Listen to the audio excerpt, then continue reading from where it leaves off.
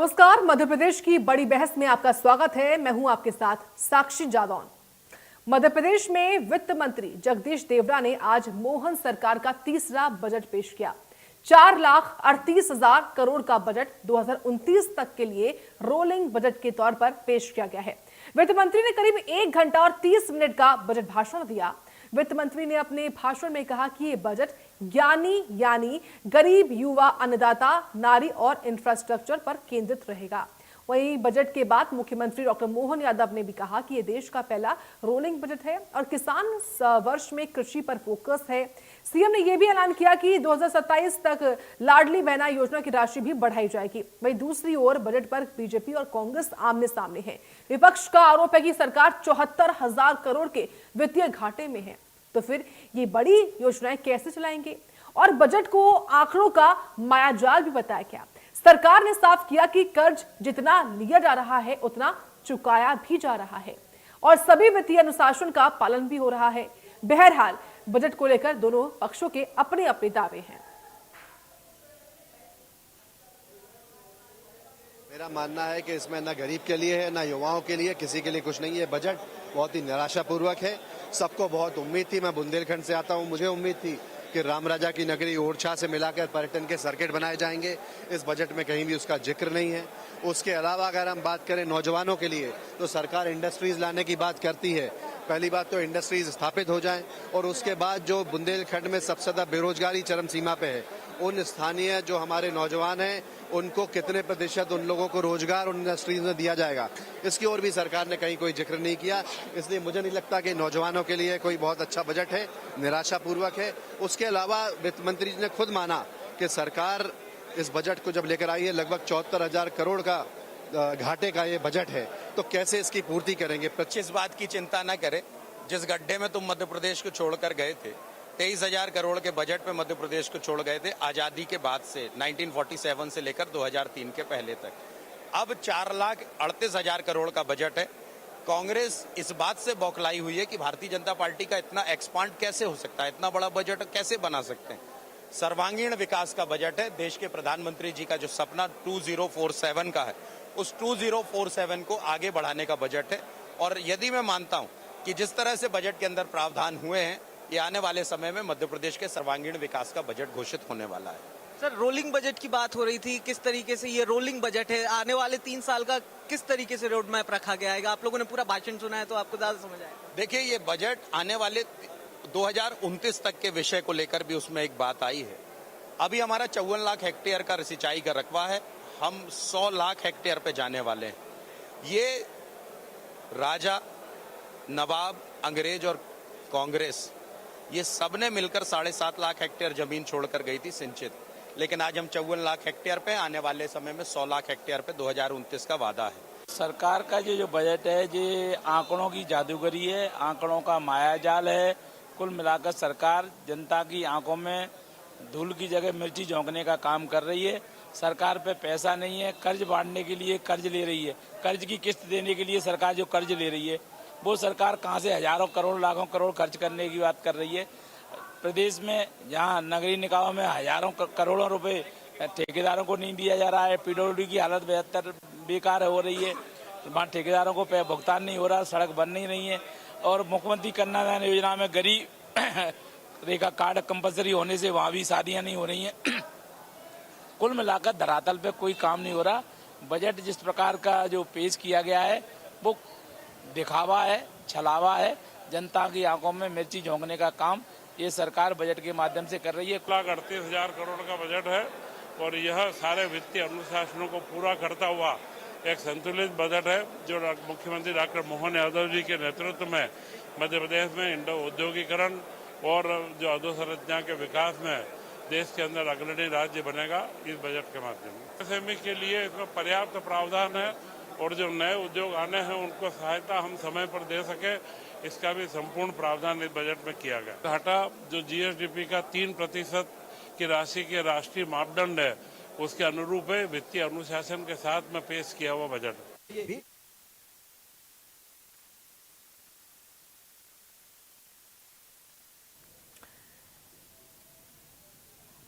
चलिए बड़ी बहस की शुरुआत करते हैं और खास मेहमान इस वक्त जुड़ चुके हैं। उनका रुख आपसे करवा देते हैं, जहां इस वक्त राज्यपाल सिसोदिया जो कि प्रवक्ता बीजेपी हैं। बहुत स्वागत है आपका राज्यपाल जी इंडिया न्यूज पर। साथ ही कांग्रेस विधायक है सुरेश राजे जी हैं।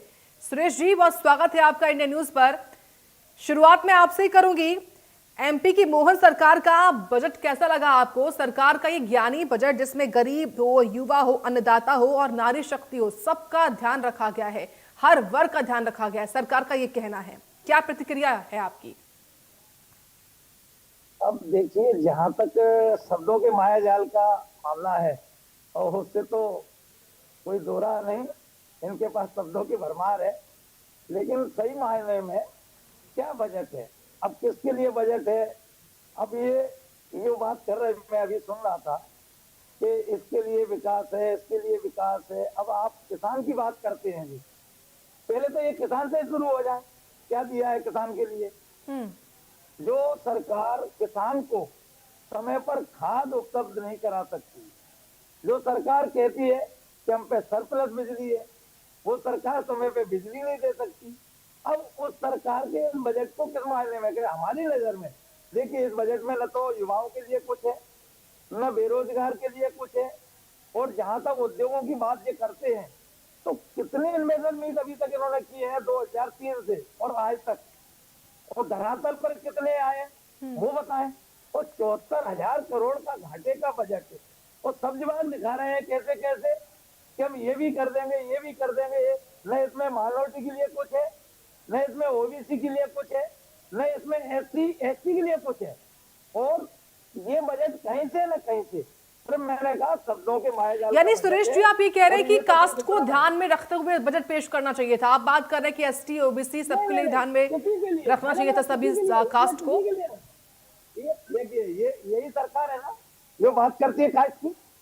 और फिर जब एक बात बताइए, जब उस विभाग के इन्होंने मंत्री बना रखे हैं कि नहीं बना रखे? अनुसूचित जाति विभाग बना रखा है कि नहीं बना रखा? गरीब कल्याण विभाग बना रखा है कि नहीं बना रखा? ये इन्होंने बनाए, हमने नहीं बनाए। तो कम से कम उन वर्गों का ध्यान तो रखते। आप बताएं ना किसके लिए क्या है इस बजट में? कहीं से कहीं तक वहां ये जो सरकार है, ये जो लगातार कर्जे पे कर्ज ले रही है, हमें कर्ज लेने में उसकी वो नहीं कर रहे, हमके कर्ज नहीं लेना चाहिए। ठीक है, आप कर्ज लो, लेकिन कौन सा कर्ज लेके आप कौन सी विकास की ओर प्रदेश को ले जा रहे हो? वर्तमान में इन्होंने भाई आंकड़ों की जादूगरी में बताया है कि इतनी आय प्रति व्यक्ति बढ़ गई, और सरकार ये भी तो बताए कि प्रति व्यक्ति कितना कर्जा हो गया। ये सरकार नहीं बताएगी। अगर ये सरकार नहीं बताएगी तो ये हमारा पूछने का धर्म है। अरे विपक्ष के नाते हम सरकार से ये तो पूछेंगे कि आप ये कर्ज ले रहे हो तो इसका कर क्या रहे हो? ये तो सरकार को बताना होगा कि नहीं बताना होगा? आप बताइए ना। सरप्लस बिजली की बात करती है सरकार, बड़े बहुत ही, मैं कह रहा हूँ कितने छाती ठोक के चिल्ला रही थी सरकार सदन में, हमारे पास सरप्लस बिजली है, हम दिल्ली को बेच रहे हैं। अरे भाई, आप अगर दिल्ली को बेच रहे हो तो ये किसान को 10 घंटे बिजली देने का वादा आपने किया, उसको आप 6 घंटे 4 घंटे नहीं दे पा रहे। 24 घंटे अटल ज्योति के नाम पर आपने नाम इतने महान नेता के नाम पर रखा, उस अटल ज्योति का ही पता नहीं है कहाँ गायब कर रखी है इन्होंने। ऐसे शहरों की बात करो, शहर में आ जाओ, हर शहर में मेंटेनेंस के नाम पर 4 से 6 घंटे 8 घंटे तक की कटौती ये सरकार कर रही है। अब आ जाओ, इन्होंने इनकी सरकार में ये मीटर लगे। अब देखिए सरकार का अजीब कारनामा, इन्होंने मीटर लगाए, अब उन मीटर को हटा के अब कह रहे हैं कि स्मार्ट मीटर लगाएंगे। भाई, या तो आपके वो मीटर गलत थे या फिर आपकी नीयत में खोट है। आप स्मार्ट मीटर के नाम पर जनता को सिर्फ लूटना चाहते हैं। मैंने ये मोटी मोटी 2-3 बातें रखी हैं। ये तो नहीं बता दे सरकार कि इसके लिए इनके पास क्या योजना है। बगैर किसी योजना के इन्होंने, उनकी फार्मर आईडी बनी नहीं किसान की, और ई टोकन लागू कर दिया। और ई टोकन लागू करने से स्थिति ये बनी पूरे प्रदेश में कि 2-2, 4-4 कट्टे के लिए 50 से 60 किलोमीटर दूर उसका दुकान का वो खुल रहा है। अब आप बताइए, 2 कट्टे 4 कट्टे खाद लेने किसान अगर 60 किलोमीटर जाएगा। अब ये सारी अव्यवस्था है, अफरा तफरी का माहौल है। ये सरकार सिर्फ वादे और नारों पे, हाँ, होर्डिंग में बहुत अच्छी नजर आएगी और ये इसमें माहिर है। ठीक है, आप बताइए। कि आप ये बता दें किसका कल्याण कहाँ से करेंगे। मैं आपके माध्यम से पूछना चाहता हूँ, ठीक है, किसान पूछ का लेते कल्याण हैं। कैसे करेंगे। पूछ लेते हैं, राजपाल सिसोदिया जी जुड़े हुए हैं।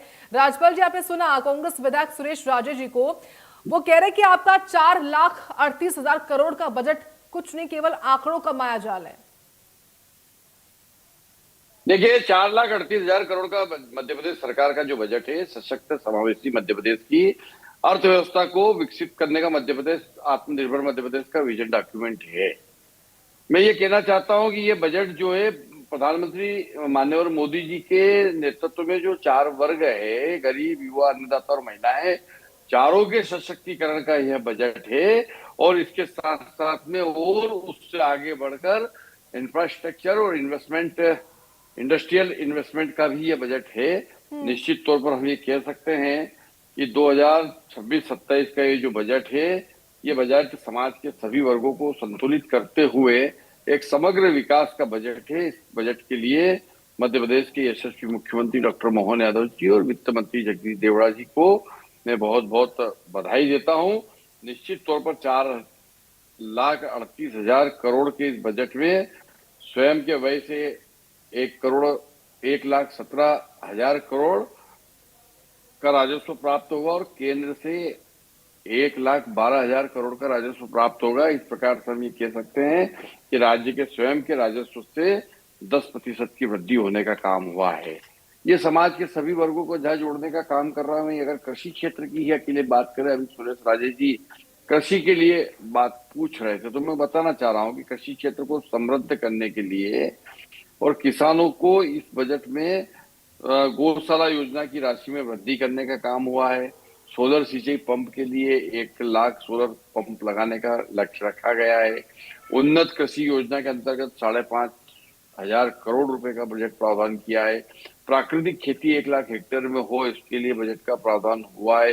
प्रधानमंत्री फसल बीमा योजना के लिए लगभग 1,300 करोड़ रुपए का प्रावधान हुआ है। कृषक प्रोत्साहन राशि के लिए लगभग 350 करोड़ का लेकिन प्रावधान राजपाल जी, हुआ है। सुरेश जी ये भी कह रहे हैं कि ये के सिर्फ लिए योजनाएं हैं जिनकी घोषणा कर दी जाती है, धरातल पर, ग्राउंड पर कुछ नहीं उतरता, ये आरोप वो लगा रहे अगर हैं। कृषक प्रोत्साहन की राशि प्रधानमंत्री किसान योजना और मुख्यमंत्री किसान सम्मान निधि के रूप में प्रत्येक किसान को 12,000 रुपए प्रति वर्ष मिल रही है, तो क्या वो धरातल पर नहीं मिल रही है? अगर आज सिंचाई का रकबा जिस प्रकार से इस देश के अंदर 56,000 जी कुछ बोल रहे हैं क्या? प्रधानमंत्री आवास के भवन बन रहे हैं, वो नहीं दिख रहे आपको? क्या लाडली बहनों के खाते में पैसे जा रहे हैं, वो आपको नहीं दिख रहे हैं? नहीं, आपने जो कहा, देखिए आपके नेता भी ये कहते थे, ये दोष आपका नहीं है।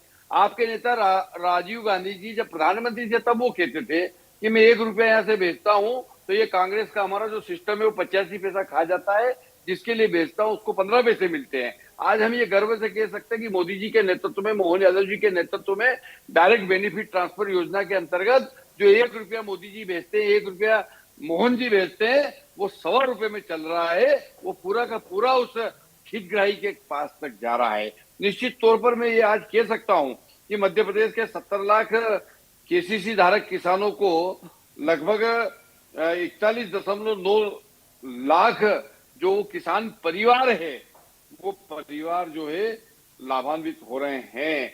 आज सोयाबीन का रकबा, देश भर में जो रकबा पैदा होता है उसका 35% रकबा अगर मध्य प्रदेश के किसान पैदा कर रहे हैं। देश भर में जो दूध उत्पादन उसका 46% अगर मध्य प्रदेश के किसान पैदा कर रहे हैं, तो निश्चित तौर पर उन किसानों की स्थिति को सुधारने के लिए हमने इसके अंदर इसमें हमने प्रावधान किया है। अब भावांतर योजना के माध्यम से बाजार के उतार चढ़ाव से किसान को अगर हम मुक्त करते हैं तो कांग्रेस को वो नहीं दिखेगा। इसलिए नहीं दिखेगा कि कांग्रेस उसको देखना नहीं चाहती है। अब इस मध्य प्रदेश के अंदर अगर हम बात करें तो 2000 व्यापारी के पास पहुंच जाता है, ये आपकी योजना है। नहीं, ये देखिए आपका ये आरोप गलत है। आपका आरोप गलत है, सरासर गलत है। आप भ्रम या भ्रांति फैला के आप जो है लोगों को गुमराह करना बंद करें।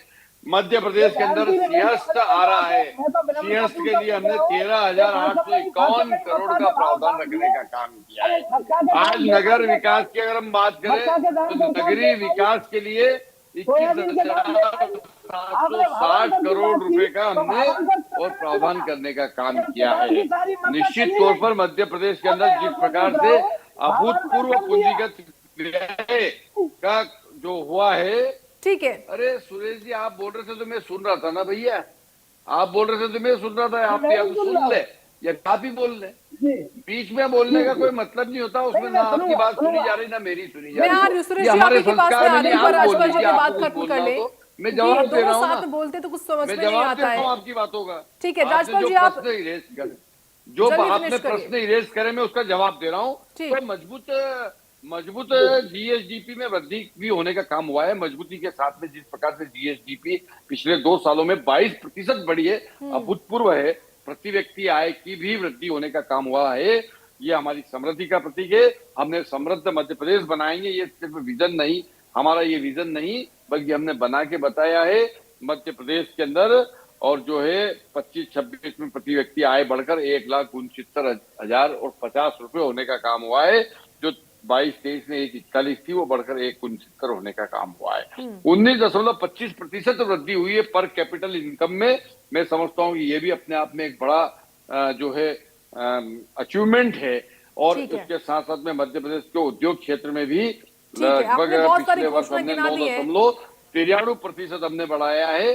समिट जो हुई जीआईएस हुई, जीआईएस के माध्यम से भी हमने 30 लाख करोड़ के निवेश मध्य प्रदेश को प्रस्ताव प्राप्त हुए हैं और लगभग 8.5 लाख करोड़ हमने निवेश प्राप्त भी होने का काम हुआ। आपने बहुत सारी घोषणाएं गिनाई है, योजनाएं गिनाई है जो कि इसका हिस्सा थी, लेकिन सुरेश राजे जी जवाब दीजिए। और क्योंकि सरकार ने जब बजट से एक दिन पहले अपना आर्थिक सेहत का जो आर्थिक सर्वेक्षण रिपोर्ट होती है वो पेश की, उसमें ये भी कहा कि 2,41,000 हमने रोजगार दिए। आपकी विधानसभा डबरा विधानसभा में क्या रोजगार मिले या नहीं मिले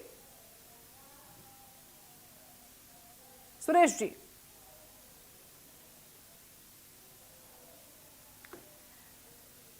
सुरेश जी आवाज आ रही है आपको? हाँ आ रही है जी, अपनी बात रखिए जी। अब देखिए, अभी इन्होंने आंकड़ों का जो मायाजाल बनाया, मैं उसमें आ रहा हूँ। अभी इन्होंने कहा कि हमने किसान के लिए ये कर दिया, तो इन्होंने तो मध्य प्रदेश में वादा किया था कि हम 3200 रुपए धान खरीदी करेंगे। ठीक क्या? इन्होंने कहा था कि 2700 में गेहूं खरीदेंगे, खरीदे क्या? कोई सोयाबीन की बात करते हैं, भावांतर की, भावांतर क्यों? आपने एमएसपी क्यों नहीं दिया उस पर? ये तो आ गई किसान की बात। अब ये कह रहे सम्मान निधि देते हैं, तो एक किसान को ये साल में 10,000 या 12,000 रुपए इन्होंने कहा कि हम सम्मान निधि दे रहे हैं। उसी किसान को उसकी खेती के लागत में अगर उतर जाए अपन, तो उसमें डीजल क्या भाव हो गया, डीजल की लागत कितनी बढ़ गई, इसकी चिंता नहीं है। किसान को 275 वाला जो खाद है, यूरिया खाद, उसको खरीदना पड़ रहा है 500-550 का ब्लैक मार्केट में। 1,300 का डीएपी मिलने वाला 1,800-1,900 में खरीद रहा है किसान, उसकी बात ये नहीं करते। और जब मक्का बाजार में मारा घूम रहा, तब इन्होंने भावांतर कब लागू किया? जब किसान के हाथ से मक्का चला गया। ये पूरी स्थिति ये है किसान के लिए। अब आ जाओ, इन्होंने कहा कि हमने बहुत अच्छी बात है भाई। आप ये तो बता दें कि स्वास्थ्य में आपने क्या किया। आप बात करते हो कि हम इतने मेडिकल कॉलेज खोल रहे हैं। अरे मेडिकल कॉलेज तो छोड़िए, आपके सिविल हॉस्पिटल में डॉक्टर नहीं है, उन बिल्डिंगों को खोल के आप क्या करोगे? जब आप स्वास्थ्य की सेवाओं में आप सिविल हॉस्पिटल में डॉक्टर नहीं पहुंचा पा रहे। आप बात करते हैं शिक्षा की, शिक्षा में जो सरकारी स्कूल है, जो ग्रामीण की नींव है, आज भी हमारा भारत गांव में बसता है। कितनी भी बिल्डिंगें बन जाए, कितनी भी कॉलोनियां बन जाए, लेकिन भारत का जो मूल स्वरूप है वो गांव में है। लेकिन गांव का बच्चा गांव में किस आधार पर पढ़ेगा? इनके यहाँ अगर स्कूल है तो बिल्डिंग नहीं है, बिल्डिंग है तो उसमें मास्टर नहीं है, मास्टर भी है तो उसके नीचे छत नहीं है, छत है तो उसमें पानी का पीने का पानी नहीं है। भाई ये शिक्षा का हालात इन्होंने कर रखी है। और प्राइवेटीकरण इतनी तेजी से बढ़ रहा है कि जो हमारी मूल शिक्षा है वो पीछे छूटती जा रही है। अब सरप्लस बिजली की बात मैंने इनको बोला कि बताना आप, अगर आपका सरप्लस बिजली है तो वो कहाँ जा रही है? आखिरकार ये तो बताना पड़ेगा आपको। जवाब दीजिए। मैंने उनकी बात सुनी, बिल्कुल ठीक बात है। ये बताया कि सरप्लस बिजली अगर है तो किसान को बिजली क्यों नहीं मिल रही? जी जवाब दीजिए। देखिए, मध्य प्रदेश के अंदर जिस प्रकार से बिजली का जो शॉर्टेज हुआ करता था मध्य प्रदेश बिजली पानी और सड़क के मुद्दे पर जिस प्रकार से कांग्रेस ने बंटाढार करा था उसको लगातार ठीक करते करते आज हम गर्व से कह सकते हैं, हम गर्व से ये बात कह सकते हैं कि आज हम 25 साल से तो आप सरकार में हो। और अगर बच्चाधार की बात करते हो तो उस समय फ्री में जो है 5 हॉर्स पावर की मोटर मिलती थी किसान को। एक व्यक्ति मुझे ऐसा लगता है कि सुरेश जी को अकेले कोई बुला लेना चाहिए, क्योंकि वो प्रश्न तो इरेज करेंगे पर उत्तर सुनने की आदत नहीं है कांग्रेस की, ऐसा मुझे लगता है। प्रश्न तो डालते हैं पर उत्तर देने के लिए जब हम आते हैं तो ये बीच में चिल्लाने लगते हैं। और मुझे लगता है कि ये कांग्रेस की इस प्रकार की स्ट्रेटेजी बनी है। कांग्रेस तो विपक्ष में तो कहीं भी चिल्लाते रहेंगे क्या? जब अरे तो भैया उन्होंने प्रश्न जो पूछा उसका हम उत्तर दे रहे हैं, क्योंकि वक्त की कमी अब वो मान लो बोलते ही रहेंगे तो फिर बात कैसे आएगी? देखिए सुरेश जी, आपने सवाल पूछा, वो जवाब दे रहे हैं। एक बार राजपाल जी अपनी बात पूरी कर लीजिए, आप बोलिए अब। तो मैं यही कह रहा था कि मध्य प्रदेश के अंदर हमने समाज के सभी वर्गों को सभी के उत्थान के लिए यह बजट प्रस्तुत किया है। जहां मैंने अभी कृषि के बारे में बताया, वहीं महिलाओं के सशक्तिकरण की अगर हम बात करें तो लाडली लक्ष्मी योजना के तहत हमारी बहनों के लिए हमने इसमें 32,882 करोड़ की राशि का प्रावधान करने का काम किया है। कामकाजी महिलाओं के लिए 5,700 वर्किंग वुमेन हॉस्टल और शहरों के अंदर बनाने का काम किया है, विशेष करके वे शहर जहां इंडस्ट्रियल एरिया होता है, जहां पर बहनें हमारी काम करती है, कामकाजी महिलाएं। नारी कल्याण की विभिन्न योजनाओं के माध्यम से भी हमने महिलाओं को पेंशन और अन्य महिलाओं की बात तो ठीक है, कल्याणकारी सेवाओं के माध्यम से बिजली को लेकर, और मैं खास तौर से यहाँ पे बात करूं पेयजल को लेकर, पेयजल और स्वास्थ्य को लेकर क्या किया आपने? वही मैं कह रहा हूं आपको कि बिजली और स्वास्थ्य की भी अगर हम बात करें तो इस मध्य प्रदेश की स्वास्थ्य सेवाओं को हमने बेहतर करने का काम किया है। स्वास्थ्य से संबंधित हमने जो है इसमें बजट में प्रावधान करने का काम किया है। उसके साथ साथ में नए मेडिकल कॉलेज के भी बजट में प्रावधान करने का काम किया है। उसके साथ साथ में अगर हम बात करें बिजली की तो मध्य प्रदेश के अंदर सोलर के माध्यम से बिजली पैदा हो, उस संबंध में हमने सूर्य ग्रह योजना और तमाम योजनाओं के माध्यम से बजट का प्रावधान किया है, जिसके माध्यम से कि सोलर ऊर्जा से भी अब हम और बिजली दे सकें। मुख्यमंत्री ग्रामीण मजरा टोला सड़क योजना के तहत भी 21,630 करोड़ रुपए का हमने प्रावधान किया है, जिससे कि ग्रामीण क्षेत्रों की कनेक्टिविटी, मजरा टोला कई सारे अभी भी पक्की सड़क से दूर थे, वहीं सांदीपनी विद्यालयों के माध्यम से 294 सांदीपनी विद्यालय, 294 सांदीपनी विद्यालय स्थापित किए जाएंगे। उसके बजट का प्रावधान करने का काम हुआ है। PM3 योजना के माध्यम से 799 विद्यालय, मतलब लगभग 800 विद्यालय इस योजना के तहत संचालित होंगे और 500 करोड़ रुपए का हमने प्रावधान इसके अंदर भी करने का काम किया है। और सिर्फ यही नहीं, इसके अलावा औद्योगिक क्षेत्र में भी हमने और कई सारे इसमें प्रावधान करने का काम किया है, जो पिछले दिनों समिट हुई, GIS हुई, ग्लोबल। पूरी लिस्ट है जो गिनवा रहे हैं आप, ठीक है, लेकिन सुरेश जी भी अपनी बात रख ही रहे हैं और उम्मीद करती हूं कि जो बजट आप लोगों ने पेश किया है वो सभी के हित में रहेगा। फिलहाल क्योंकि वक्त की कमी है, वक्त इतने की अनुमति देता है। सुरेश राजे जी आपका और राजपाल सिसोदिया जी आपका बहुत धन्यवाद, आप जुड़े और अपना कीमती वक्त दिया इंडिया न्यूज को। और इसी के साथ बड़ी बहस में इतना ही। आप देखते रहे इंडिया न्यूज मध्य प्रदेश छत्तीसगढ़। नमस्कार।